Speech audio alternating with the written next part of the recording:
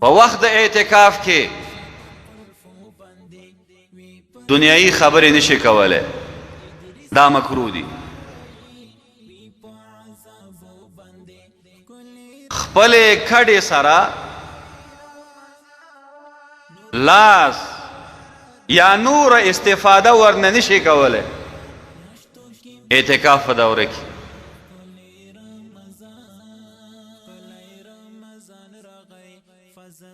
په حالت د اعتکاف کې د خپلې بیبي نه یا یوه ښځه دا په کور کې اعتکاف ته ناسته ده، میړه خواته راغله، نو میړه ورنه بغیر د جیمان استفاده وکړه، لاس یې پکې ښوده، بوسه یې وکړله، اعتکاف د ښځې مات شو.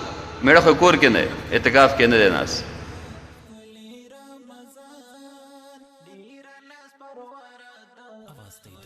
په دوران د اعتکاف کې څوک خبر نشي اورېدلی، خبرونه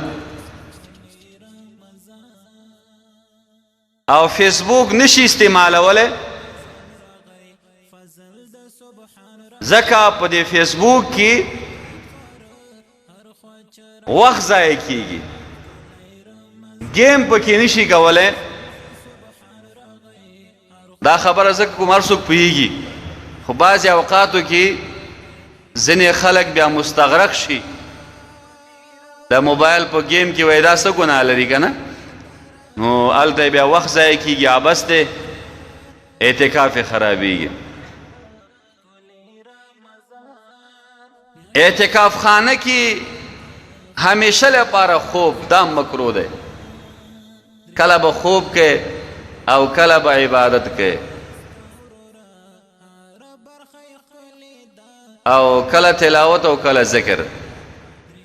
چې راغلی اوده دا درته مکروه ده.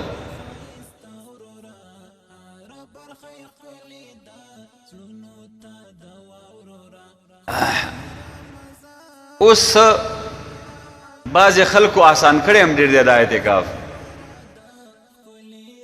اعتکاف ته په یو جماعت کې 15-16 کسان کینی، بیا نو چې کله زړه تنګ شي غورو لپاره یو ځای کېږي، فلانکي به څنګه یي، ستاسو کور څنګه شو، مال هم څنګه دی، پوه شئ که دا نو منع دی. دنیایي خبرې معتکف سره بغیر د اعتکاف نه بل چا سره دا ټول منې دي. کور ته ټلیفون کولی شي چې ما ته کالي راولېږئ، ما ته دال مه لېږئ انګولي کې، طبیعت مې ورسره نه لګېږي، دا ویلی شي. دا ضرورت دی. بغیر د دې نه نورې تبصرې کور سره نشي کولی. لکه ځینې خلک عادت لري 20 دقیقې نیمه ګنټه دا خبرې کوي په موبایل کې، دا ټول وخت ضایع کول دي، دا الله جل جلاله د قهر سبب دی. نو اعتکاف نبی علیہ السلام بارک کړی دی، تر وخت د مرګه پورې نه دی پرېښی. دا سنت کفایي دی.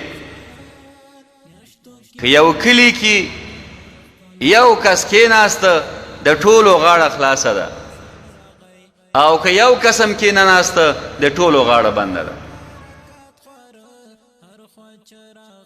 نو معتکف به ډېر احتیاط کوي.